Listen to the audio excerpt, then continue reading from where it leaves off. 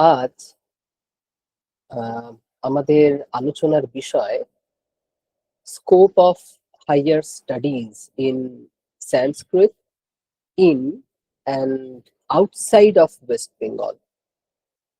উচ্চশিক্ষার অবকাশ পশ্চিমবঙ্গে কেমন আছে এবং পশ্চিমবঙ্গের বাইরে কেমন আছে, এটার বিষয়ে আমরা আলোচনা করব।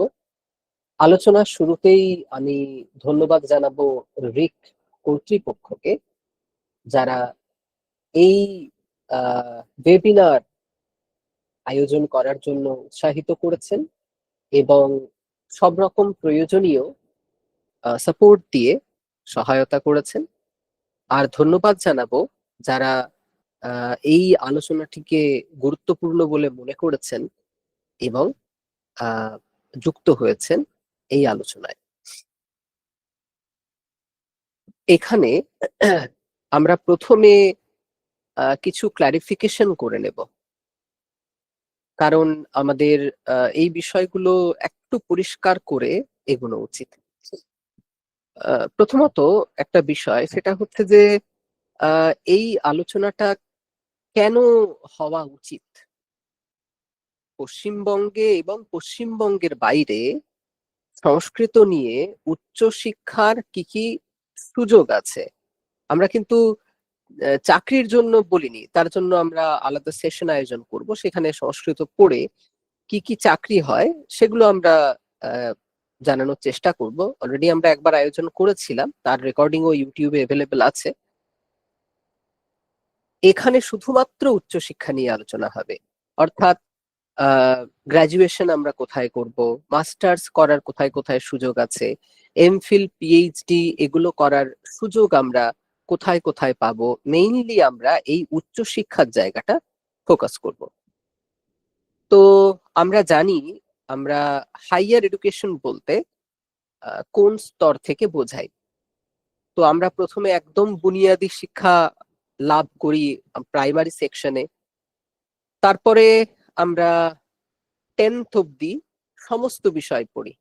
সমস্ত বিষয়ের একটা সাধারণ জ্ঞান আমাদের কাছে এসে উপস্থিত হয় আগামী জীবনে সুস্থভাবে চলার জন্য এবং যে কোনো প্রফেশনে যাওয়ার জন্য একটা ভিত্তি রচিত হয়।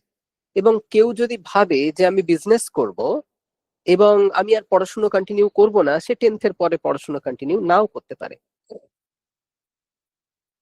কিন্তু তারপরেও অনেকে ঠিক করেন যে না, আমরা একটু পড়াশুনো নিয়ে থাকবো এবং আমরা এতদিন একটা জেনারেল জায়গায় পড়াশুনো করেছি, সমস্ত বিষয় নিয়ে পড়াশুনো করেছি, আমি এখন একটা জায়গাতে নিজের দক্ষতা বাড়াবো, আলোচনার গভীরতা বাড়াবো। তারপরে তারা 11th এবং 12th-এ তিনটে তিনটে করে পেপার বাছেন, যেগুলো কোনো হয় আর্টস এর দিকে হয়, না হলে সায়েন্সের দিকে হয়, এরকম ভাবে স্ট্রিম ভাগ হয়। তারপর যখন তারা গ্রাজুয়েশনে যান, অর্থাৎ বিএ ক্লাসে যান, তখন একদম স্পেসিফিক হয়ে যায় যে কোন স্পেশালাইজেশন নিয়ে তিনি পড়াশোনা করবেন। মানে ব্যাপারটা যদি সংস্কৃতকে সামনে রেখে বলি, তো আপনি 11 12-এ আপনি সংস্কৃত রেখেছেন, সেখানে সংস্কৃত আছে, ইতিহাস আছে, বাংলা আছে। তারপর যখন আপনি গ্রাজুয়েশনে গেলেন, তখন আপনি একদম স্পেসিফিক সংস্কৃত নিয়ে পড়াশোনা করলেন। এরপর আরো যত আমরা ওপরের দিকে পড়াশোনা করা শুরু করব, তত এই আলোচনার জায়গাটা আরো সূক্ষ্ম হতে শুরু করে।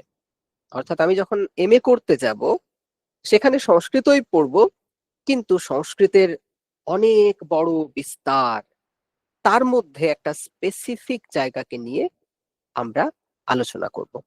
যেমন ধরুন, কেউ কাব্য পড়লো, কেউ ব্যাকরণ পড়লো, কেউ দর্শন শাস্ত্র পড়লো, কেউ ইনস্ক্রিপশন অ্যান্ড প্যালিওগ্রাফি পড়লো।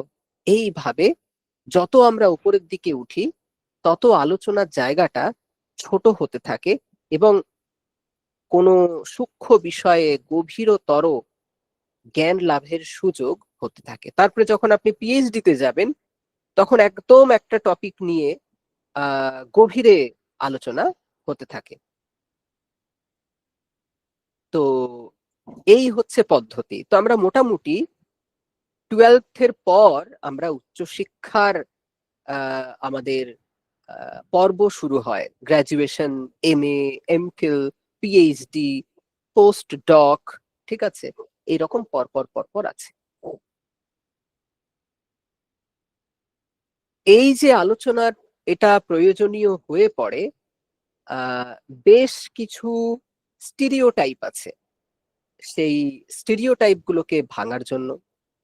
যেমন আমাদের যারা সংস্কৃত নিয়ে পড়াশুনো করছে যে শিক্ষার্থীরা, তাদের যারা অভিভাবক, তারা সংস্কৃতের এই বিশাল বিস্তার সম্পর্কে অবহিত নন।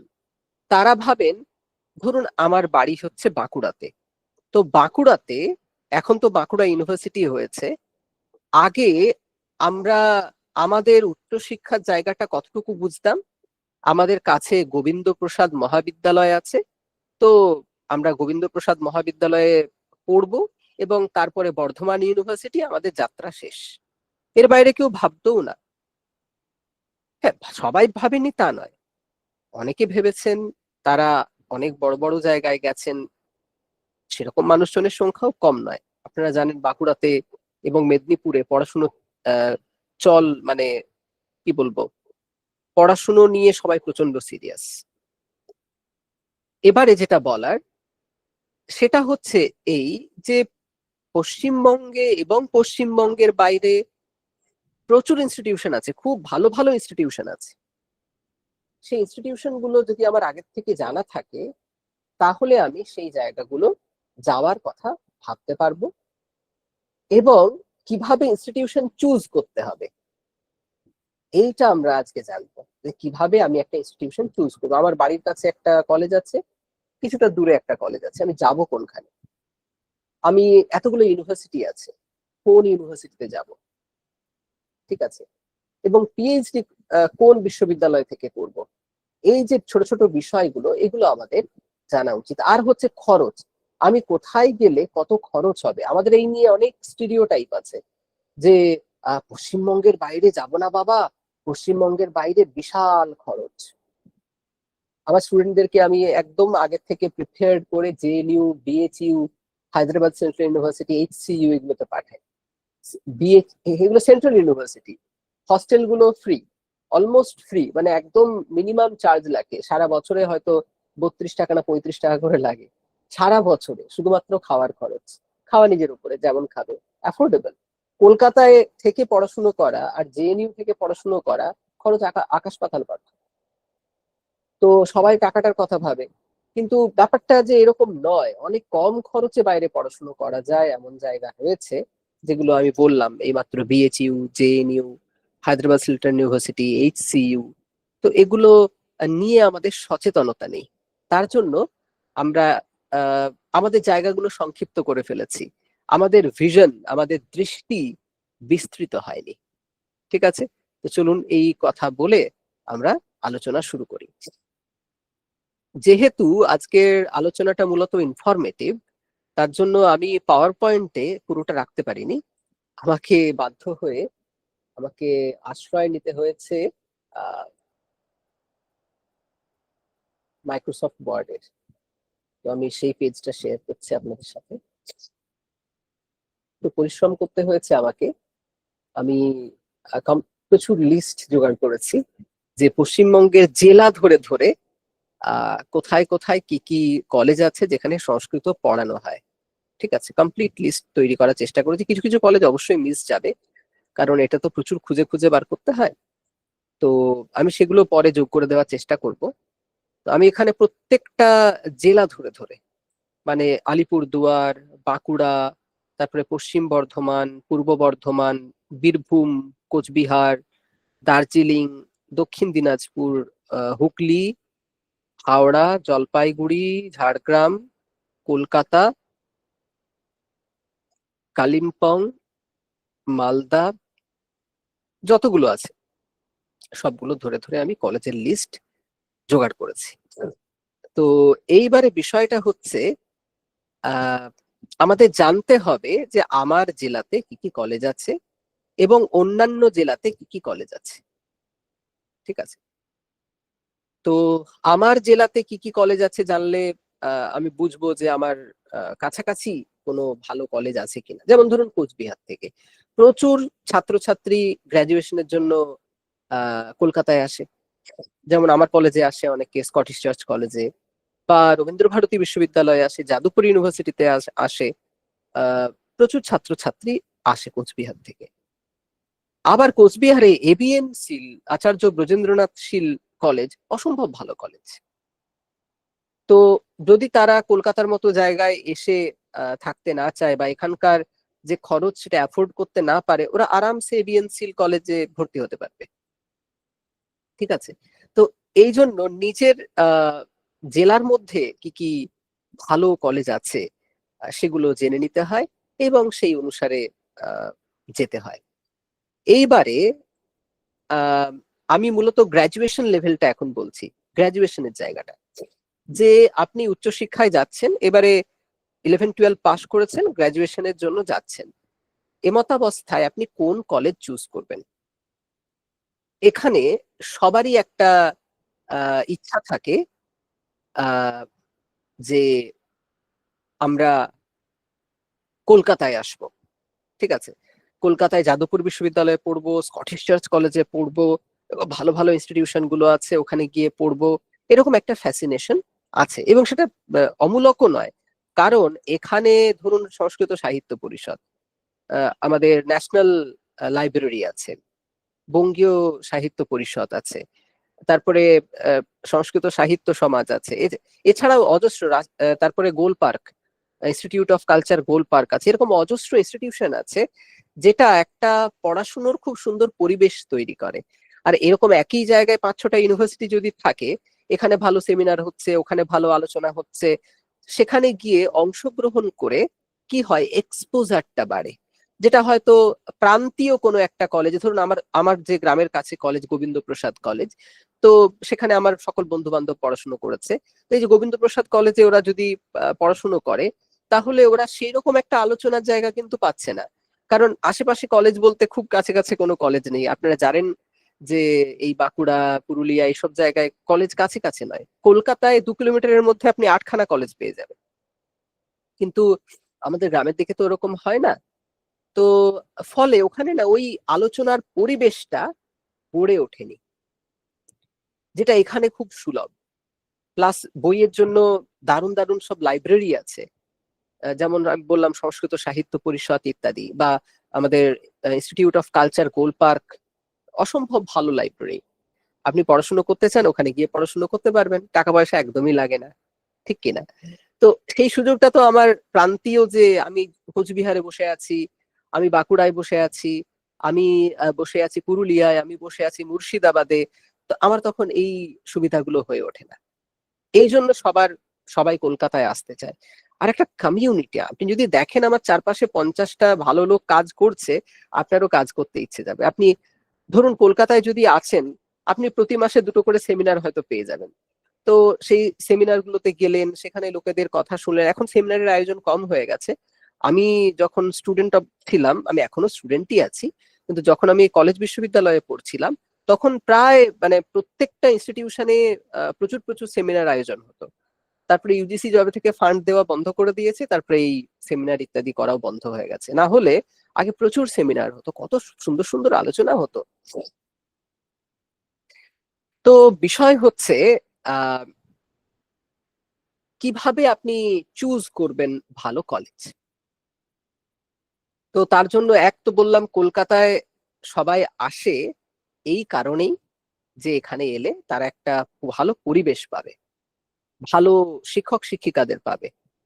এবং গ্রামের দিকে যেটা হতো আগে, যেটা মানে শিক্ষক হিসেবে আমার বলা উচিত নয়, কিন্তু বাস্তবকে তো উপেক্ষা করা যায় না। তো যেমন ধরুন গ্রামে আমার বোন, ও টিউশন পড়তে যেত, ও পড়তো আহ যামিনী রয় কলেজে, আর ও টিউশন পড়তে যেত বাঁকুড়াতে। তো আমার বাড়ি থেকে বাঁকুড়ার ডিস্টেন্স হচ্ছে 2.5 ঘন্টা। তো শুধু টিউশন পড়তে গেলে ওর 2.5-5 ঘন্টা জার্নি হতো, কারণ কাছে আর কোনো ভালো সেরকম সংস্কৃতের শিক্ষক শিক্ষিকা ছিলেন না।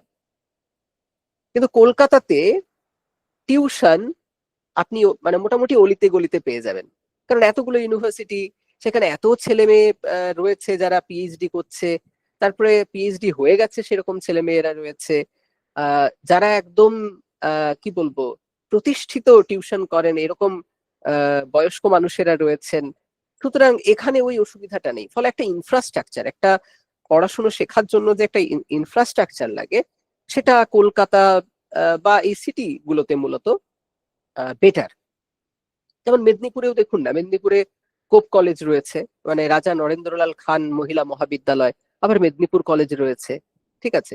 তো খুব কম ডিস্টেন্সে দুটো ভালো কলেজ, আবার বিদ্যাসাগর ইউনিভার্সিটি রয়েছে। ফলে যেখানে অনেকগুলো ইনস্টিটিউশন এক কাছে হয়ে যায়, সেখানে একটা কমিউনিটি তৈরি হয়। ফলে ওইসব জায়গায় আপনার টিউশন ইত্যাদি পেতে অসুবিধা হয় না, আড়াই আড়াই ঘন্টা জার্নি করে আপনাদেরকে টিউশন করতে হয় না, ঠিক আছে। তারপরে আবার যার কাছে পড়তে যাচ্ছে সে আদৌ ভালো পড়াবে কিনা, চয়েস কম তো, ফলে বাধ্য হয়ে ওখানেই পড়তে হবে। কিন্তু এইসব জায়গায় চয়েস বেশি, আপনি একটা জায়গায় পছন্দ হলো না আরেকটা জায়গায় গেলেন। তো এই হচ্ছে ব্যাপার। তো এই একটা ইনফ্রাস্ট্রাকচার কলকাতা ইত্যাদিতে বেশি, তো এই জন্য সবাই এইসব দিকে আসতে চায়। তো এইবারে আমি প্রথমে বলবো যে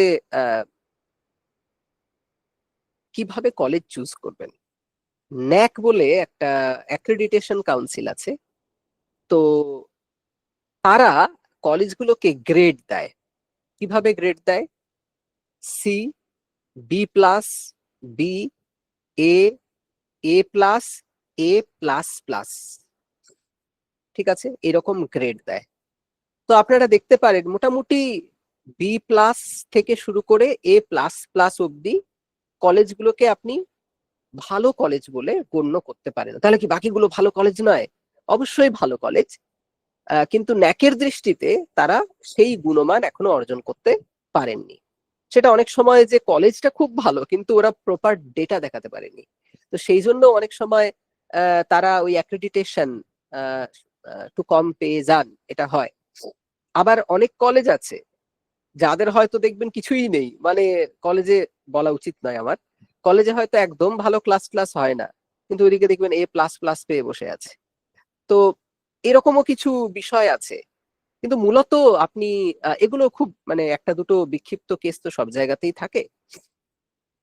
তো কিন্তু মূলত আপনি মোটামুটি ধরে রাখতে পারেন যে ন্যাক এর দৃষ্টিতে যারা বি প্লাস এবং তার ওপরে, আপনি সেই ইনস্টিটিউশন গুলোকে বিলিভ করতে পারেন। কিন্তু এখানেও আরেকটা গুরুত্বপূর্ণ পয়েন্ট আছে, সেটা হচ্ছে এমনটাও তো হতে পারে যে সংস্কৃত ছাড়া অন্য ডিপার্টমেন্ট গুলো ভালো, যেহেতু অন্য ডিপার্টমেন্ট গুলো ভালো তাই ও এ প্লাস পেয়ে গেছে, কিন্তু সংস্কৃত ডিপার্টমেন্টটা ভালো নয়, এমনটাও হতে পারে। তার জন্য আপনাকে কি করতে হবে? আপনাকে দেখতে হবে সংস্কৃত বিভাগে কতজন পার্মানেন্ট টিচার্স আছেন। পার্মানেন্ট টিচার্স বলতে আমি অ্যাসিস্ট্যান্ট প্রফেসর এবং অ্যাসোসিয়েট প্রফেসরের কথা বলছি, ঠিক আছে। এস এ সি টি যারা আছেন আমি তারাও পার্মানেন্ট, কিন্তু আমি তাদের কথা কেন বলছি না, তার কারণ হচ্ছে ধরুন এসএসসিটি যারা হয়েছেন তারা অনেকেই যোগ্য, এবং যোগ্য হওয়ার কারণে তারা যখনই একটা ভালো অপরচুনিটি পাবেন তারা কলেজ ছেড়ে চলে যাবেন, ঠিক আছে। যেই একটা ধরুন এই যে এসএসসি হলো, অনেক এসএসসিটি টিচার্সরা সেখানে অ্যাপ্লাই করেছেন, যখন এসএসসি হয়ে যাবে তারা তখন ওখান থেকে চলে যাবেন। আর এখন তো আর এসএসসিটি নিয়োগ হবে না, ফলে স্বাভাবিকভাবে ওখানে গেস্ট ঢুকবে যারা হয়তো সপ্তাহে 2 দিন 3 দিন ক্লাস নেবেন। ফলে দেখবেন অ্যাসিস্ট্যান্ট প্রফেসর এবং অ্যাসোসিয়েট প্রফেসর কতজন আছেন। যেমন এবিএন সিল কলেজ যদি আপনি দেখেন, আমি বারবার এবিএন সিল কলেজ বলছি কেন, এটা প্রান্তীয় কলেজ, তার জন্য আমি এখানে ঝাড়গ্রাম রাজ কলেজও বলতে পারি, মহিষাদল রাজ কলেজও বলতে পারি, আমি এখানে মেদিনীপুর কলেজও বলতে পারি, শ্রীরামপুর কলেজও বলতে পারি, বা বাঁকুড়া খ্রিস্টান কলেজও বলতে পারি, ঠিক আছে, টাকি গভর্নমেন্ট কলেজ বলতে পারি, প্রচুর ভালো ভালো কলেজ আছে। এবিএনসিল বলছি কারণ যেহেতু প্রসঙ্গত চলে এসেছে তাই। আপনি এবিএনসিল কলেজে দেখুন, ভালো ভালো একদম, মানে কলকাতার কোনো আমি বাড়িয়ে বলছি না, কলকাতার কোনো কলেজে, ঠিক আছে, একসাথে এতজন ভালো টিচার আছে কিনা খুব সন্দেহ। তো যদিও ওখানে অবশ্য ওদের একটা সমস্যা হচ্ছে যে চেঞ্জ হয়, যেহেতু গভর্নমেন্ট কলেজ তাই টিচাররা চেঞ্জ হতে থাকে। তো আগেও এবং বর্তমান কাল অবধি যারা রয়েছেন, দেখুন সবার মতে আমি ফিডব্যাক নিয়ে যখন পাই, হয়তো একজন দুজন তারা হয়তো অনেকের পছন্দসই নাও হতে পারেন, সেটা তো হয়, সব শিক্ষক তো আর সবার পছন্দসই হয় না, তো মোটামুটি অধিকাংশই কিন্তু যে তাদের জন্য পরিশ্রম করছে এটা কিন্তু বলে। তো এরকম অনেক কলেজ আছে, জলপাইগুড়িতে আছে আনন্দচন্দ্র কলেজ, এসি কলেজ, তো এরকম বেশ ভালো ভালো ভালো কলেজ আছে। তো মূলত দেখবেন যে কলেজটা ন্যাকের দৃষ্টিতে বি প্লাস এবং তার উপরে কিনা, মানে বি প্লাস, এ, এ প্লাস, এ প্লাস প্লাস এগুলোর মধ্যে কিনা। সংস্কৃত যে ডিপার্টমেন্ট আছে সেখানে অন্তত যেন 4 জন সাবস্ট্যান্টিভ টিচার থাকেন, অ্যাসিস্ট্যান্ট প্রফেসর, অ্যাসোসিয়েট প্রফেসর মিলিয়ে যেন 4 জন থাকেন। তারপরে কতজন স্যাক্ট আছে সেসব, গেস্ট আছে সেগুলো পরে। এটা নজরে রাখবেন যে 4 জন সাবস্ট্যান্টিভ যেন থাকেন। কেন এটা বলছি? কারণ পুরো কোর্সটা তো আর একজনে পড়াতে পারবেন না, পড়ানোর জন্য তো লোক লাগবে। আমরা দেখেছি 4 জন থাকলে তবে ঠিক, তবে মোটামুটি পড়ানো যায়, বেশি থাকলে ভালো হয়। তো অন্তত 4 জন যদি পার্মানেন্ট টিচার না থাকেন, বা 3 জন পার্মানেন্ট টিচার, মানে তারপরে হয়তো আরো 4 জন এসএসসিটি বা গেস্ট যদি হয় তাও ম্যানেজেবল। কিন্তু 3 জনের নিচে যদি মানে সাবস্ট্যান্টিভ টিচার না থাকে, তাহলে সেই কলেজে না যাওয়াই বাঞ্ছনীয়। কারণ তারা সমস্ত ক্লাস করিয়ে উঠতে পারবেন না, পসিবলই নয়। এই বিশাল কোর্স সিসিএফ এর পারবেন না, এবং তারা রীতিমতো যুদ্ধ করে যাচ্ছেন, রীতিমতো যুদ্ধ করে যাচ্ছেন। তাদের ফ্যামিলি লাইফ বিঘ্নিত হচ্ছে। শুধু তো কলেজে পড়ানোর কাজ থাকে না, কলেজে অনেক অ্যাডমিনিস্ট্রেটিভ জব থাকে, সেগুলো করে তাদের প্রাণ ওষ্ঠাগত, যেখানে এই 2 জন 3 জন 1 জন করে টিচার আছেন। চলছে বিভাগগুলো, কিন্তু আমার সাজেশন, সেরকম কলেজে যারা আছেন তারা হয়তো একটু আমার প্রতি ক্ষুব্ধ হবেন, কিন্তু আমি ছাত্রছাত্রীদের মুখ চেয়ে বলছি যে দেখবেন যেন 3 জন, মিনিমাম 3 জন, 4 জন হলে খুব ভালো, এবং তারপরে যদি গেস্ট থাকে ওয়েল এন্ড গুড, কিন্তু 3 জনের নিচে যদি অ্যাসিস্ট্যান্ট প্রফেসর, অ্যাসোসিয়েট প্রফেসরের সংখ্যা হয় তাহলে অ্যাভয়েড করা ভালো। ঠিক আছে, তাহলে কিভাবে বুঝবেন? এক হচ্ছে যে ন্যাকের কিরকম গ্রেড তাদের রয়েছে, তাদের ওয়েবসাইটে গেলেই একদম প্রথমেই দেখতে পাবেন, ঠিক আছে, যে কোন গ্রেড তারা পেয়েছে। এবং তারপরে সংস্কৃত ডিপার্টমেন্টের যে পোর্টালটা আছে সেটা খুলবেন, এবং সেটা খুলে দেখবেন যে কতজন টিচার আছেন। ঠিক আছে, তারপরে টিচারদের যে কোয়ালিফিকেশন আছে সেগুলো দেখে নিতে পারেন। তো এরকম যদি আপনি কলকাতা আসবেন ঠিক করছেন, স্টিল তখনও দেখবেন যে, যেমন ধরুন আপনি স্কটিশ চার্চ কলেজে যখন ঢুকবেন, প্রথমেই দেখাবে এটা ন্যাক থার্ড সাইকেল, 3 বার এটা এ পেয়েছে। এরপরে সেখানে আমরা 4 জন শিক্ষক মশাই আছি, তো শিক্ষক শিক্ষিকা মিলিয়ে সেটা 4 জন ওখানে আছেন। তো বিষয় হচ্ছে যে এবং আমাদের প্রত্যেকের প্রোফাইল ওখানে দেওয়া আছে, আমরা কোন জায়গায় কাজ করেছি, কিরকম পাবলিকেশন আছে আমাদের, তো সেইগুলো আপনারা ওখানে দেখতে পাবেন। বেশ, তো আমি এখানে একটা লম্বা লিস্ট করেছি আমি যেটা বললাম।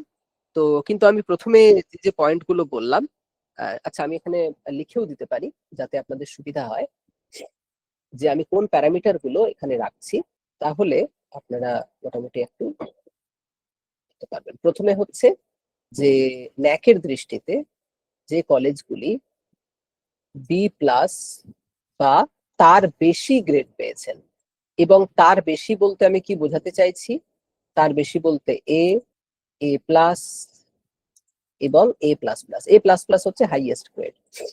তো আপনারা এইগুলোতে নজর রাখতে পারেন। এবার আমি যেটা বললাম যে কলেজ হয়তো খুব ভালো, কিন্তু সংস্কৃত ডিপার্টমেন্ট শক্তপোক্ত নাও হতে পারে। তার জন্য দেখবেন যে সংস্কৃত বিভাগে অন্তত 3 বা 4 জন অ্যাসিস্ট্যান্ট প্রফেসর বা অ্যাসোসিয়েট প্রফেসর আছেন কিনা, এবং তারপরে তার সঙ্গে এসএসিটি বা অতিথি অধ্যাপক অধ্যাপিকা থাকলে ভালো। এটা নজরে রাখবেন যে অন্তত 3 জন বা 4 জন অ্যাসিস্ট্যান্ট বা অ্যাসোসিয়েট প্রফেসর সেখানে আছেন কিনা, এবং যদি তার সঙ্গে দেখেন যে আরো এসএসসিটি অধ্যাপক অধ্যাপিকা রয়েছেন তাহলে ভালো বলেই ভাববেন। কিন্তু মোটামুটি 3 জন 4 জন না থাকলে যে কোর্স আছে সেই কোর্স পড়ানো সম্ভব নয়। বেশ, এবারে আমি এই লিস্ট অফ কলেজেসে না গিয়ে আমি মোটামুটি এ প্লাস একটা লিস্ট আমি করার চেষ্টা করেছি, আমি সবগুলো বোধহয় আনতে পারিনি, কিন্তু আমি তবুও একটা লিস্ট এনেছি যে পশ্চিমবঙ্গে কোন কোন কলেজগুলো আছে যাদের অ্যাক্রেডিটেশন এ এবং এ এর ওপরে। আমি বি প্লাসটা ধরে করিনি, আপনারা বি প্লাস অব্দি আমি সাজেস্ট করছি। তো দেখুন, প্রথমত হচ্ছে দুটো কলেজ আমি পেয়েছি যারা এ প্লাস প্লাস। রামকৃষ্ণ মিশন বিদ্যা মন্দির, এটা শুধুমাত্র ছেলেদের জন্য, এটা বেলুড় মঠে আছে হাওড়াতে, এটা এ প্লাস প্লাস, এদের আন্ডার গ্রাজুয়েট কোর্স আছে। বেহালা কলেজ এ প্লাস প্লাস। কিন্তু আমি আবার বলছি যে কোনো একটা কলেজ এ প্লাস প্লাস মানেই তার সংস্কৃত বিভাগ খুব ভালো, এমনটা হয়তো নাও হতে পারে। তার জন্য সংস্কৃত বিভাগটাও একটু চেক করে নেবেন। Chandannagar college, Deshbandhu college for girls, Midnapore college, Bhairab Ganguly college, ABN Seal college, Scottish church college, lady Brabourne college, Bethune college, Ashutosh college, new Alipore college, Krishnanagar government college, Gobardanga Hindu college, Acharya Prafullachandra college, Panskura Banamali college, Raja Narendralal খাল মহিলা মহাবিদ্যালয়, রামকৃষ্ণ সারদা মিশন বিবেকানন্দ বিদ্যা ভবন, Ramakrishna mission residential college Narendrapur, এটা শুধুমাত্র ছেলেদের, আর এনএল খান কলেজ, এটা শুধুমাত্র মেয়েদের। সারদা মিশনের এই কলেজটিও শুধুমাত্র মেয়েদের। Bankura Christian College, Shobharani Memorial College, Mahishadal Raj College, Banwarilal Bhalotia College, আসানসোলে বিবি কলেজ বলে, বিবেকানন্দ কলেজ, আর বাঁকুড়া জেলা সারদামণি মহিলা মহাবিদ্যাপীঠ। ঠিক আছে, আমি জানি আমি কিছু কিছু মিস করে গেছি, তো সেগুলো আপনারা গুগল করলেই পেয়ে যাবেন। তো এখানে একটা লিস্ট এরকম আমি প্রায় 24টা 25টা কলেজের দেওয়ার চেষ্টা করেছি। তো যেখানে এই গ্রেড গুলো এ বা এ এর ওপরে আছে। ঠিক আছে, তো এই হলো একটা লিস্ট মোটামুটি। এই উচ্চশিক্ষার ক্ষেত্রে আমাদের একটা বিষয় আছে, সেটা হচ্ছে যে যখনই উচ্চশিক্ষায় আসা হয়, উচ্চশিক্ষায় কিন্তু একটা ভিশন থাকতে হয়। ভিশন থাকতে হয় মানে একটা প্রপার প্ল্যানিং, এবং আমি কোথায় যাব এটা যদি ঠিক না থাকে, তাহলে ওই আহ, আমি নৌকো ছেড়ে দিয়েছি নদীতে, ও যেদিকে যাবে সেদিকে যাব, এমনটা হয়। যেমন আমরা প্রথমেই যখন ফার্স্ট ইয়ারের স্টুডেন্টরা আসে, আমরা ওদের মাথায় কিন্তু এই ভিশনটা ঢোকাই যে দেখো, তুমি এখানে পড়াশোনা করতে এসেছো, এটা শুরু, এটা শেষ নয়, এর পরের ইনস্টিটিউশনটা চুজ করো, দিজ আর দ্য ইনস্টিটিউশনস, কে কোথায় যাবে সেটা চুজ করো। এবং আমরা প্রথম আমি আমি লক্ষ্য রাখি যে ওদের নেচার কিরকম, সেই নেচার অনুসারে ওরা নিজেরাও লক্ষ্য রাখে, আর আমিও সাজেস্ট করি। যেমন আমি কোনো একটা স্টুডেন্টকে সাজেস্ট করলাম যে তুমি কিন্তু জেএনইউ যেও, জওহরলাল নেহরু ইউনিভার্সিটিতে মাস্টার্স করো। কারোকে বললাম হায়দ্রাবাদ সেন্ট্রালে করো, কারোকে বললাম তুমি বিএচইউ যেও। ঠিক আছে, এইভাবে আমি বলি। কারোকে বলি তুমি তো বেশ একটু অন্যরকম দেখছি, তুমি শৃঙ্গেরিতে যেও, ওখানে তোমার জন্য ভালো হবে। টেন্ডেন্সি দেখা যায় স্টুডেন্টদের, কোথায় গেলে ও একটা ভালো অ্যাটমসফিয়ার পাবে ওর মতো, ওর প্রতিভা প্রকাশের জন্য, সেটা শিক্ষকরা বুঝতে পারেন। তো সেভাবে আমরা গাইড করি, এবং ওইখানে যাওয়ার জন্য ওকে কি কি করতে হবে সেগুলো প্রথম থেকেই আমরা স্টার্ট করি। এবং যখন ওরা থার্ড ইয়ারে আসে, তখন সিইউইটি বলে একটা পরীক্ষা আছে, সেন্ট্রাল ইউনিভার্সিটি এলিজিবিলিটি টেস্ট, ওটা ওরা দেয়, আমি ওদেরকে গাইড করি, কলেজে গাইড করি, এবং তারপরে ওরা পেয়ে ওখানে ওখানে চলে যায়। ভালো ইনস্টিটিউশনে না গেলে ডিমোটিভেশন হয়ে যায়, বা একটা স্টুডেন্ট এভারেজ হয়ে যাওয়ার আহ, সম্ভাবনা থাকে। কারণ ধরুন চাকরির জায়গাটা তো কম্পিটিশন, সেই কম্পিটিশনে এগিয়ে থাকার জন্য একটু ভালো এক্সপোজার আছে এমন ইনস্টিটিউশন গুলোতে থাকলে ভালো। যেমন আমি কোনো বিশ্ববিদ্যালয়ের মানে কে 1 নম্বরে কে 2 নম্বরে এরকম ভাবে আলোচনা করে বলছি না। যেমন ধরুন আমি একটা ইউনিভার্সিটি যদি উদাহরণ নিই, যেমন ধরুন কি কার বলবো, যাদবপুর ইউনিভার্সিটি। তো যাদবপুর ইউনিভার্সিটিতে নিয়মিত বিভিন্ন আলোচনা সভা হয়। ঠিক আছে, তো ওদের এক্সপোজারটা একটু ভালো। ঠিক আছে, সেমিনার, তারপরে ওয়ার্কশপ বলুন, বা বিভিন্ন আলোচনা সভা বলুন, ওরা নিয়মিত আয়োজন করে। একই সাথে শিক্ষকেরা রিসার্চ ইত্যাদির সাথে যুক্ত আছেন, বিভিন্ন প্রজেক্টের সাথে যুক্ত আছেন। তো নতুন নতুন প্রজেক্ট নিচ্ছেন, এই সদ্য সদ্য শিউলি ম্যাম দেখলাম একটি প্রজেক্ট নিয়েছেন, কাকুলি ম্যাম নিরন্তর একটা দুটো প্রজেক্টে একসাথে কাজ করেন। তো লোকজন রিসার্চের সাথে প্রচন্ড ভাবে যুক্ত, এবং প্রচন্ড কি বলবো, অ্যাগ্রেসিভ রিসার্চার, রিসার্চ নিয়ে থাকেন, এবং সেই অনুসারে ওনাদের পরিচিতির জায়গাটা অন্যরকম হয়।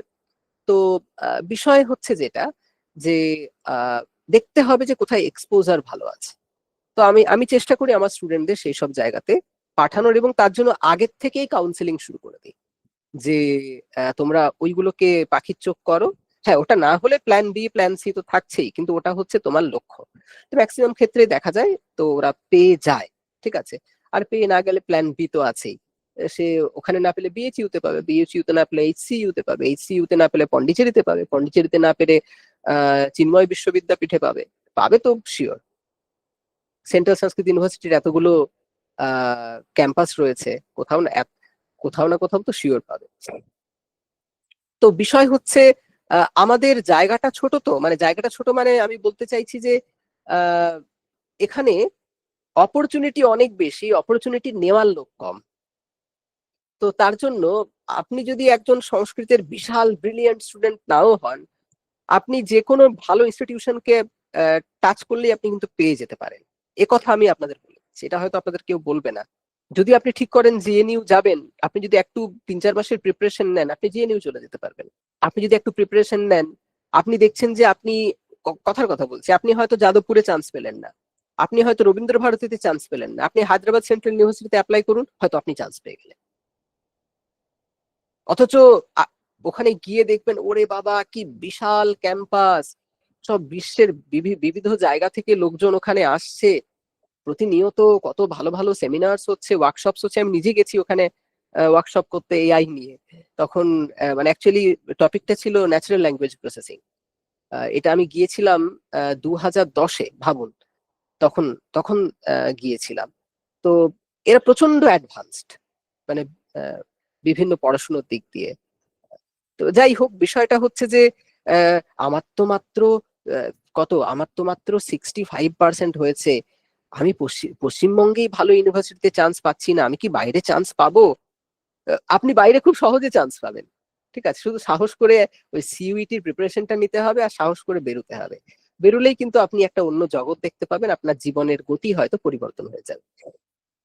ঠিক আছে, তো আমি কলেজের জায়গাটা বললাম, এবং আমি যেটা বলতে চাইলাম যে কলেজের সিলেবাসটা জাস্ট পড়ে গেলাম, পরীক্ষা দিয়ে গেলাম, ওই চলছে ব্যাপারটা, এরকম না করে একটা ভিশন নিয়ে পড়া উচিত। যেমন আমি বলছি, আমি স্টুডেন্টদেরকে প্রথমেই বলি যে দেখো বাবু, নেট আর সেট বলে পরীক্ষা আছে, এবং নেটে যদি তুমি জিআরএফ পাও, তাহলে পড়াশোনা শেষ করেই তুমি একটা বড় অঙ্কের টাকা তুমি স্যালারি হিসেবে পাবে।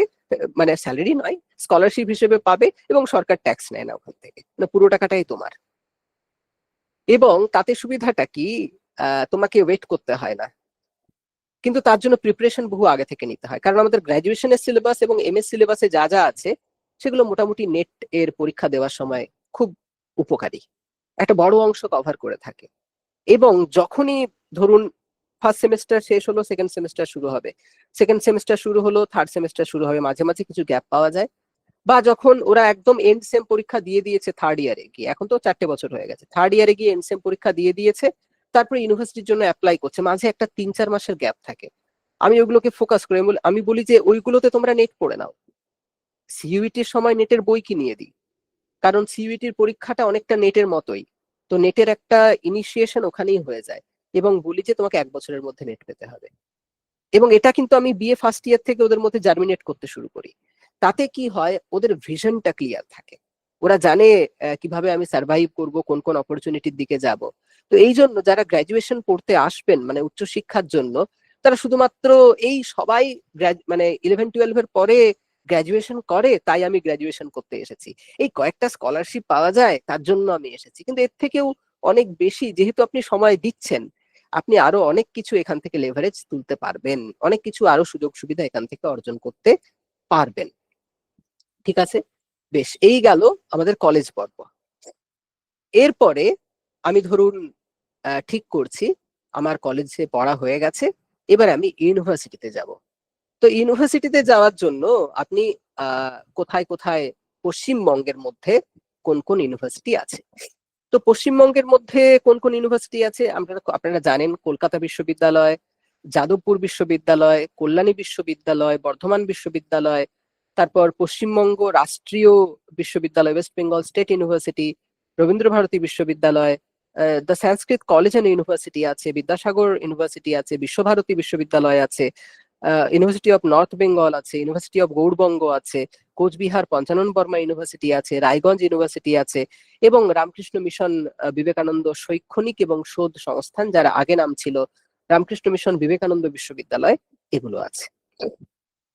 তো আপনি এগুলোর মধ্যে চুজ করতে পারেন। এইবারে কোন ইউনিভার্সিটি চুজ করবেন, একই রকম ন্যাকের অ্যাক্রেডিটেশন দেখুন, এবং কতজন শিক্ষক কতজন অধ্যাপক অধ্যাপিকা আছে এটা দেখা খুব জরুরি। মানে ধরুন একটা ইউনিভার্সিটি, সেখানে দুজন অ্যাসিস্ট্যান্ট প্রফেসর অ্যাসোসিয়েট প্রফেসর আছেন, মানে সংখ্যা দুজন, বাকি গেস্ট দিয়ে চলছে, ভুলেও যাবেন না সেখানে। তার কারণ আপনি যদি এরপরে পিএইচডি করার কথা ভাবেন, বুঝতে পারছেন কিরকম হ্রাস হবে। ওই দুজন টিচার কতজনকে নেবে? পাঁচজন পাঁচজন 10, আটজন আটজন 16 জনকে নিতে পারবে, তার বেশি তো নিতে পারবে না। তো আপনার স্টুডেন্ট সংখ্যা যদি প্রতি বছর 54 জন করে বেরোয় বা 50 জন করে বেরোয়, আপনি পিএইচডি করার তো সুযোগই পাবেন না তাদের কাছে। তো ওই জন্য চেষ্টা করতে হয় যেখানে ফ্যাকাল্টি বেশি সেরকম কোনো একটা ইউনিভার্সিটিতে যেতে। রবীন্দ্র ভারতী যাদবপুর বিশ্ববিদ্যালয় অপেক্ষাকৃত ভালো, কারণ সেখানে অধ্যাপক অধ্যাপিকাদের সংখ্যা বেশি। ঠিক আছে, তো তাতে কি হয়, রেগুলার ক্লাসেস সম্ভব হয় এবং পরবর্তীকালে পিএইচডি করার ক্ষেত্রে সুবিধা হয়। এবং রবীন্দ্র ভারতীতে আবার ওই বেদ ভবন আছে, সেখানে ওরা পিএইচডি স্টুডেন্ট নেয়, ফলে ওখানে একটা অপরচুনিটি বেশি থাকে। যাদবপুরে শিক্ষক শিক্ষিকার সংখ্যা অপেক্ষাকৃত বেশি। ঠিক আছে, তো সেখানেও কিছু সুবিধা হয়। আবার ওয়েস্ট বেঙ্গল স্টেট ইউনিভার্সিটিতে আমাদের দুজন মাত্র আছেন সাবস্ট্যান্টিভ, মানে অ্যাসিস্ট্যান্ট প্রফেসর অ্যাসোসিয়েট প্রফেসর দুজন মাত্র আছেন। ফলে যদিও দুজন অসম্ভব ভালো, মানে নাম বললেই বুঝতে পারবেন, প্রফেসর অয়ন ভট্টাচার্য, শেখ সাবির আলী, মানে আহ, কি বলবো, দুজন সংস্কৃত জগতের তারকা ওখানে আছেন। তো ওখানে খুব ভালো কোয়ালিটি টিচারেরা গেস্ট হিসেবে আসেন, যারা বিভিন্ন জায়গায় সুপ্রতিষ্ঠিত। ফলে ওখানে পড়লে যে আপনার অসুবিধা হয়ে যাবে তা না, কিন্তু আমি একটা জেনারেল আইডিয়াতে বলছি যে অন্তত যেখানে বেশি শিক্ষক শিক্ষিকা আছেন, সেখানে মানে সাবস্ট্যান্টিভ পার্মানেন্ট টিচার্স আছেন, সেখানে যাওয়াটা অপেক্ষাকৃত ভালো। ঠিক আছে, তো কিন্তু যদি দেখেন যে না, আমি অমুক শিক্ষকেরা রয়েছেন ওনাদের কাছে পড়বো, যেমন আমাদেরই অনেকে করে।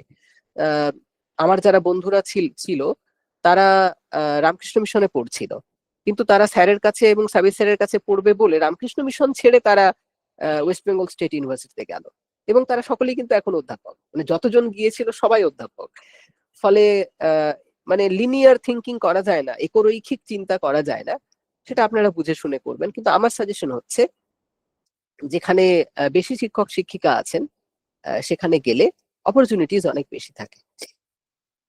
তো এই দৃষ্টিতে আপনারা বিশ্ববিদ্যালয়গুলোকে দেখতে পারেন, একটা হচ্ছে ন্যাকের অ্যাক্রেডিটেশন, এবং দ্বিতীয় হচ্ছে অবশ্যই শিক্ষক শিক্ষিকা কতজন আছেন, এবং আপনার পক্ষে জানা সম্ভব নয় যে তারা কি রকম কাজ করেছেন বা না করেছেন, সেটা আপনার তাদের যে প্রোফাইল গুলো আছে, সিভি গুলো আছে, ইউনিভার্সিটি ওয়েবসাইটে দেওয়া থাকে, সেগুলো গিয়ে দেখতে পারেন।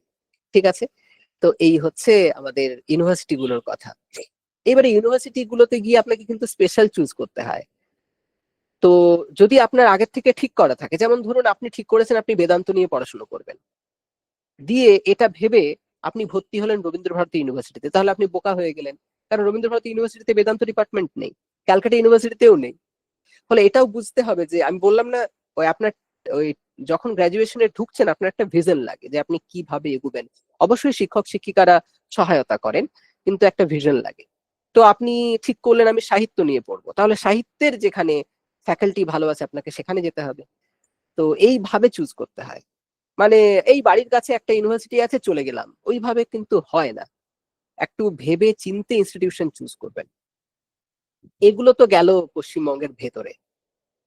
আচ্ছা, আপনারা কি জানেন যে শুধুমাত্র সংস্কৃতের জন্য প্রায় প্রায় 18খানা ইউনিভার্সিটি আছে, যেখানে শুধুমাত্র সংস্কৃত পড়ানো হয়।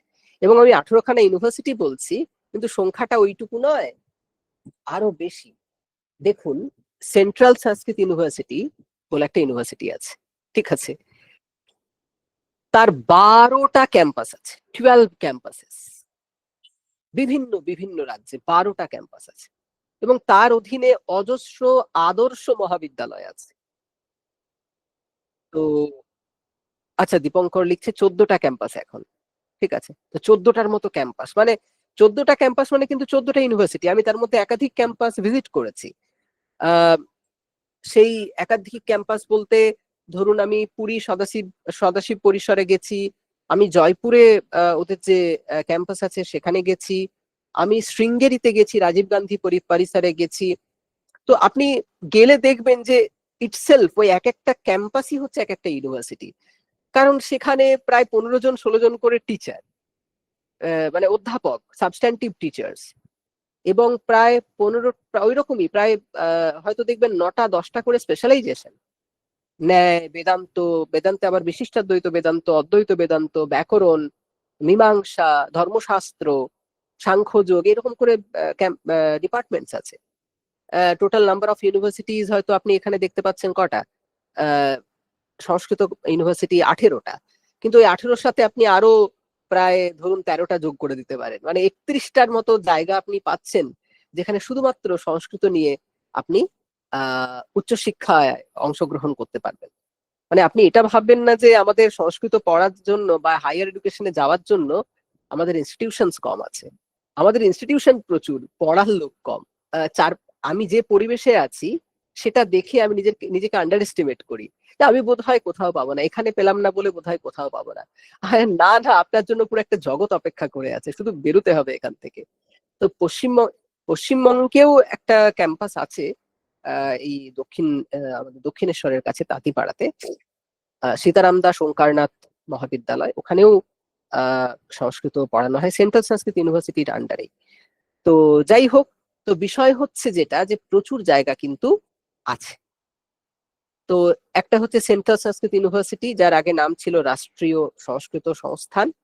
এছাড়াও ন্যাশনাল সংস্কৃত ইউনিভার্সিটি তিরুপতি, এটা আগে নাম ছিল তিরুপতি বিদ্যাপীঠ, এখন ওটা ইউনিভার্সিটি হয়ে গেছে। আমি সাধারণত সাজেস্ট করি, যদি সংস্কৃত নিয়ে বাইরে যাওয়ার হয়, সেন্ট্রাল সংস্কৃত ইউনিভার্সিটি আর ন্যাশনাল সংস্কৃত ইউনিভার্সিটি, এই দুটো আমি বেশি সাজেস্ট করি। এছাড়াও প্রচুর আছে, এলবিএস আছে, লাল বাহাদুর শাস্ত্রী ন্যাশনাল সংস্কৃত ইউনিভার্সিটি আছে, সম্পূর্ণানন্দ সংস্কৃত ইউনিভার্সিটি আছে, তারপরে কামেশ্বর সিং দারভাঙ্গা সংস্কৃত ইউনিভার্সিটি আছে, জগন্নাথ সংস্কৃত ইউনিভার্সিটি আছে, শ্রী শঙ্করাচার্য ইউনিভার্সিটি অফ সংস্কৃত আছে কেরালাতে, কবিকুলগুরু কালিদাস সংস্কৃত ইউনিভার্সিটি আছে মহারাষ্ট্রে, জগৎগুরু রামানন্দাচার্য রাজস্থান সংস্কৃত ইউনিভার্সিটি আছে রাজস্থানে, উত্তরাখণ্ড সংস্কৃত ইউনিভার্সিটি আছে, শ্রী সোমনাথ সংস্কৃত ইউনিভার্সিটি আছে, শ্রী ভেঙ্কটেশ্বর বেদিক ইউনিভার্সিটি আছে তিরুপতিতে, মহর্ষি পাণিনি সংস্কৃত এবং বেদিক বিশ্ববিদ্যালয় আছে, কর্ণাটক সংস্কৃত ইউনিভার্সিটি আছে, কুমার ভাস্কর বর্মা সংস্কৃত অ্যান্ড এনশিয়েন্ট স্টাডিজ ইউনিভার্সিটি আছে, মহর্ষি বাল্মীকি সংস্কৃত ইউনিভার্সিটি আছে, চিন্ময় বিশ্ববিদ্যাপীঠ আছে কেরালাতে। এইরকম অজস্র সংস্কৃত ইউনিভার্সিটি আছে, এবং এইগুলোতে সংস্কৃতেরই প্রায় স্পেশালাইজেশন দেখবেন কোথাও কোথাও 16টা 17টা 18টা করে স্পেশালাইজেশন আছে। তো আপনি যদি পড়াশোনা করতে চান সংস্কৃত নিয়ে, তো আপনাকে আটকানোর কেউ নেই। শুধুমাত্র এইগুলো সম্পর্কে একটু ইনফর্ম থাকতে হবে যে এইগুলো এক্সিস্ট করে, আমার কাছে এতগুলো অপরচুনিটি আছে। এইবারে চিন্তা হয়ে যে স্যার যদি বাইরে যাই টাকা পয়সার কি হবে, আমার বাড়িতে তো টাকা পয়সা নেই।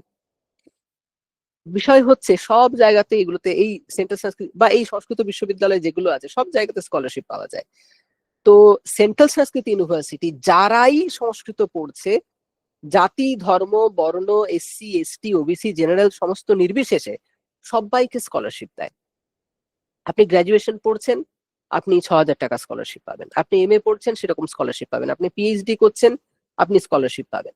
তো আপনি সেন্ট্রাল সংস্কৃত ইউনিভার্সিটি স্কলারশিপ দেখতে পারেন। যারা সংস্কৃত নিয়ে পড়াশোনা করছেন, কি করতে হবে, আপনি যে ইনস্টিটিউশনে পড়ছেন সেই ইনস্টিটিউশনকে ফ্রি, কোনো টাকা পয়সা ছাড়াই সেন্ট্রাল সংস্কৃত ইউনিভার্সিটির পোর্টালে রেজিস্টার করতে হবে। তাহলেই তার যে ছাত্রছাত্রীরা তারা সকলে সেই সুযোগ পাবে। ঠিক আছে? এছাড়াও তো আপনি যদি জেআরএফ টিআরএফ পেয়ে যান তাহলে তো হয়েই গেল। জিআরএফ হচ্ছে জুনিয়র রিসার্চ ফেলোশিপ, রিসার্চের জন্য পাওয়া যায়। এছাড়াও ডেকান কলেজ আছে, বিখ্যাত ডেকান কলেজ। তারপরে বিএচইউতে ওদের ফ্যাকাল্টি অফ আর্টস বলে একটা আছে, আর একটা হচ্ছে ফ্যাকাল্টি অফ সংস্কৃত বিদ্যা ধর্ম বিজ্ঞান। ঠিক আছে, এটা হচ্ছে ট্র্যাডিশনাল, মানে একদম পারম্পরিক পদ্ধতিতে শেখানো হয়। আবার মহর্ষি মহেশ যোগী বেদিক বিশ্ববিদ্যালয় আছে।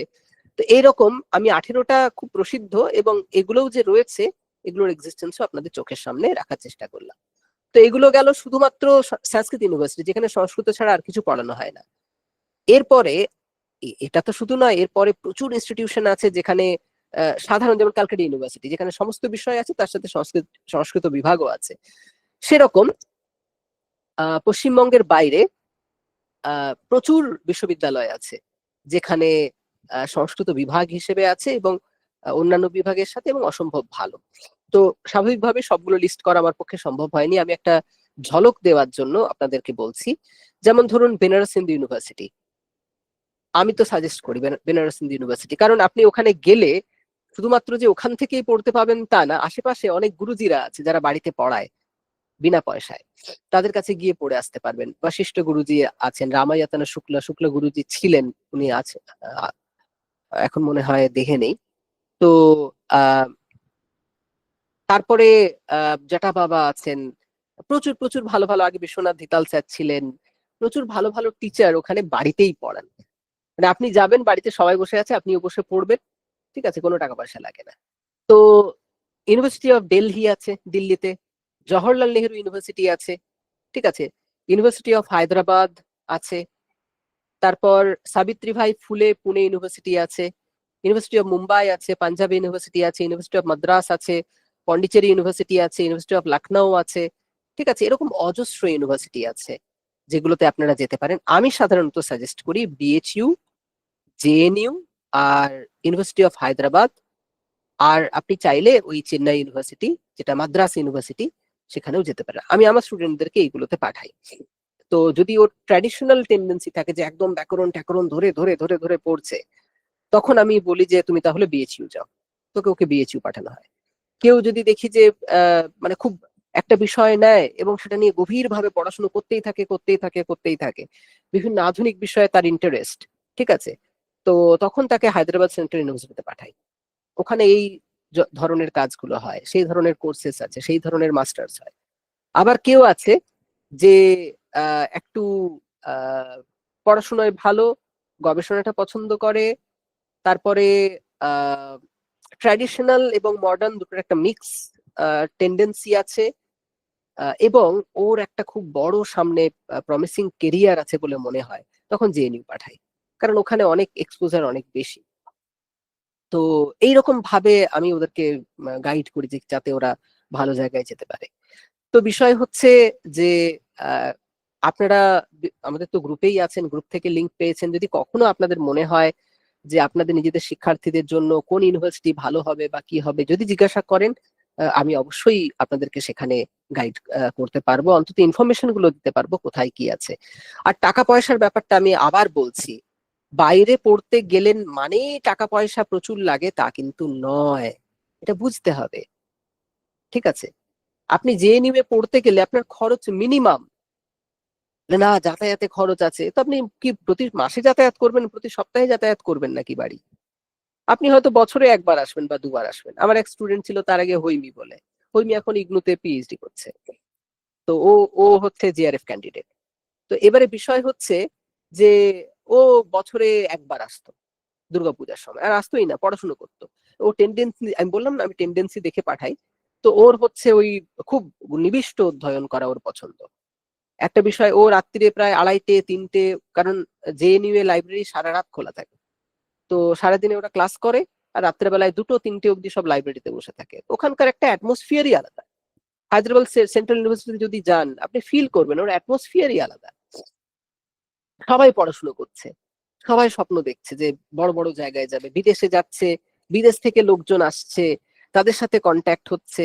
এরকম হায়দ্রাবাদ হায়দ্রাবাদ সেন্ট্রাল ইউনিভার্সিটিতে হয়, বিএইচইউ তে হয়, এক্সপোজার অনেক ভালো, ঠিক আছে, যেটা পশ্চিমবঙ্গের ইউনিভার্সিটি গুলোতে অত বেশি নেই। তো কেকেএম স্যার আসার পরে, মানে কমল কিশোর মিশ্র স্যার যখন এইচওডি ছিলেন, তখন আমরা দেখছিলাম ক্যালকাটা ইউনিভার্সিটিতে এরকম দারুণ এক্সপোজার হচ্ছিল। এগুলো কন্ট্যাক্টের উপরেও অনেকটা ডিপেন্ড করে। তো যাই হোক, মূলত যেটা বলার যে অবশ্যই আমাদের সাহস করা উচিত, সাহস করে বেরোনো উচিত, ঠিক আছে। তো যারা ছেলেরা আছো, তাদের জন্য আমি বলবো যে তাদের জন্য বেস্ট কলেজ, ছেলেদের জন্য বেস্ট কলেজ হচ্ছে রামকৃষ্ণ মিশন বিদ্যা মন্দির, সেকেন্ড ভাববেই না, ঠিক আছে। মানে আন্ডার গ্রাজুয়েট কোর্সের জন্য। হ্যাঁ, আর হচ্ছে বিবেকানন্দ ইউনিভার্সিটি, যেটা বললাম আর K M V R I, এই দুটোর মধ্যেই ছেলেরা চলে আসবে। মানে এখানকার টাকা পয়সা মিনিমাম, রামকৃষ্ণ মিশন ইনস্টিটিউশন ওরা নিজেরা স্কলারশিপ দেয়, ওখানে থেকে পড়াশুনো হয়। তো রিসেন্টলি একটি ছাত্র ছিল, ওর জন্য আমরা ব্যবস্থা করলাম রামকৃষ্ণ মিশন বিদ্যা মন্দিরে।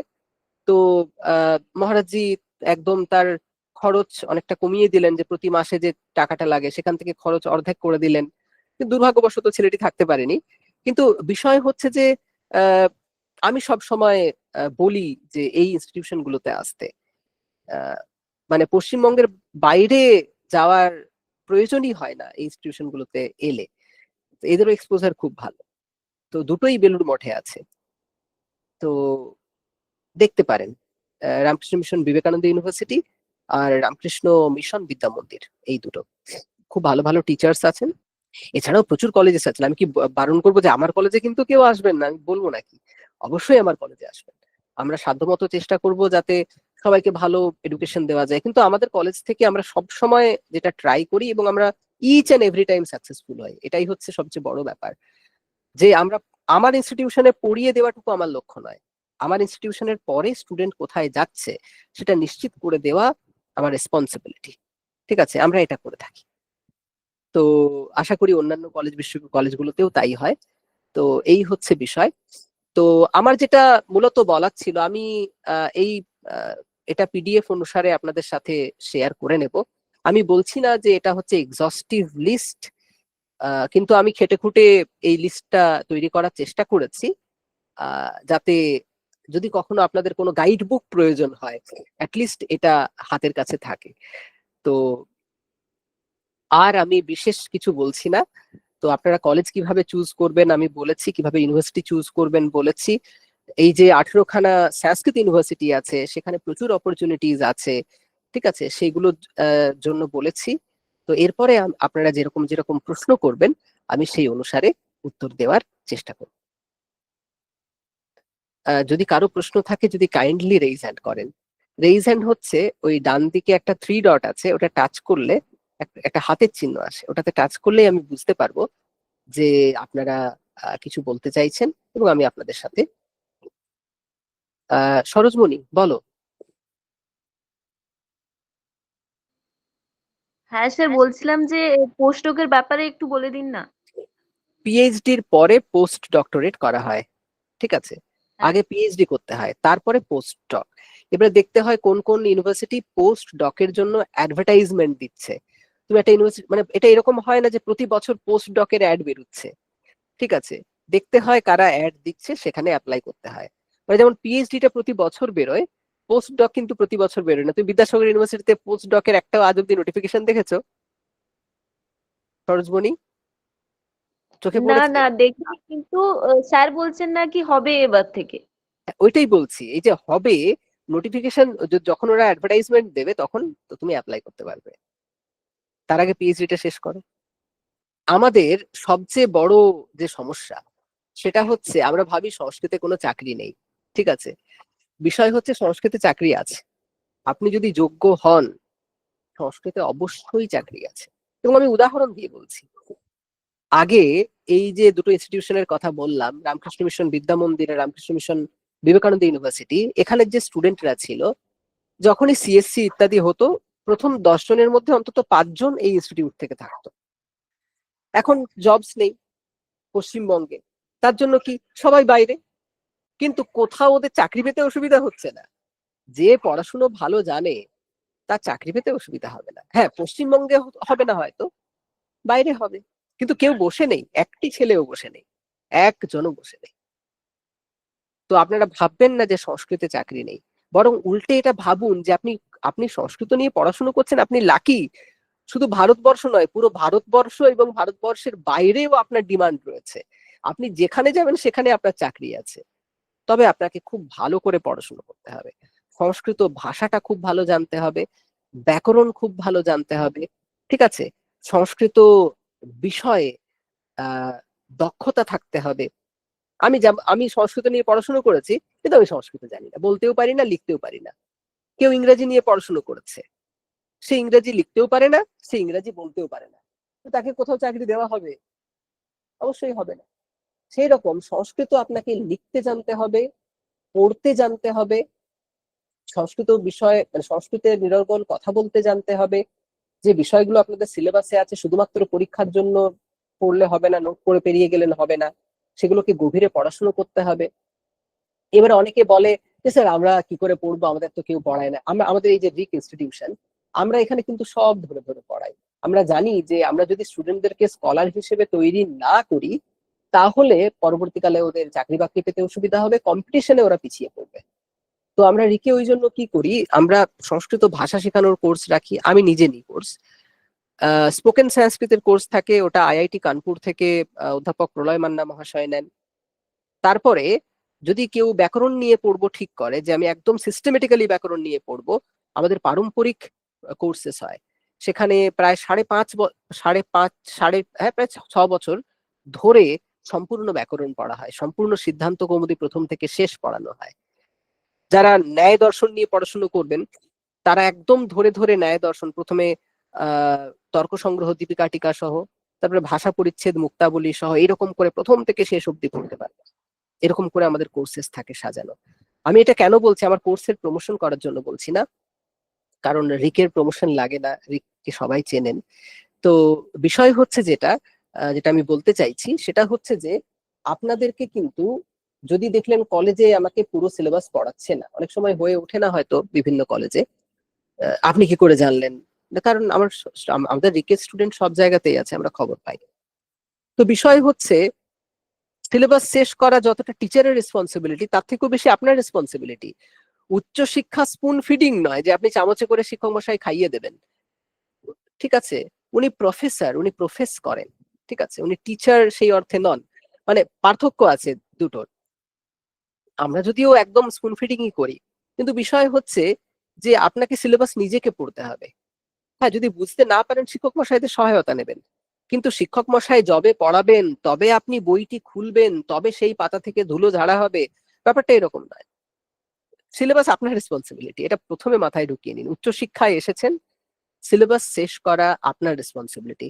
তাহলে তো অধ্যাপকেরা পায়ের উপরে পা তুলে চা সেবন করতে করতে কলেজ সময় অতিবাহিত করবেন, তা বলছি না, তারা নিয়মিত ক্লাস নেবেন, কিন্তু সিলেবাস শেষ করা আপনার রেসপন্সিবিলিটি। হয়তো শিক্ষক মশাই সিলেবাস শেষ করে দিলেন, কিন্তু আপনার সিলেবাস শেষ হয়নি, কারণ আপনি রেগুলার পড়তে বসেন না। ওটা করলে হবে না। কিন্তু উচ্চ শিক্ষাতে সিলেবাস শেষ করা আপনার রেসপন্সিবিলিটি। উচ্চ শিক্ষাতে এলে, ঠিক আছে, আপনি কিভাবে নিজেকে ডিসিপ্লিন করবেন, কিভাবে পড়াশুনো করবেন, সেটা আপনার রেসপন্সিবিলিটি। ওখানে শিক্ষক আপনার পেছনে বসে তার মানে পেছনে পড়ে থাকবে না, তিনি ওই স্কুলের মতো প্রত্যেকদিন হোমওয়ার্ক দেবেন না, ঠিক আছে? তো উচ্চশিক্ষার জায়গাটা কিন্তু একটা ইন্ডিপেন্ডেন্ট এরিয়া, এখানে আপনাকে নিজেকেই পড়াশোনা করতে হবে। তাহলে আমরা আজকের আলোচনা এখানে শেষ করছি। সকলকে অনেক ধন্যবাদ, আপনারা শেষ অবধি শুনেছেন, এবং এগুলো আমাদের রেকর্ডিং থাকবে, যাতে পরবর্তীকালে কোনো শিক্ষার্থী তার যদি সে যদি আগামীর পথ একটু আগে থেকে দেখতে চায়, কোন কোন জায়গায় যাবে, সেই নিয়ে একটা দিশা যদি দেখতে চায়, এই রেকর্ডিং আপনারা তাদের সাথে শেয়ার করতে পারেন। আর আমি তো শেয়ার করবোই তাদের সাথে। বেশ, তাহলে আমরা দীর্ঘায়িত না করে আবার সকলকে ধন্যবাদ জানিয়ে আমাদের আজকের আলোচনা এখানে শেষ করছি।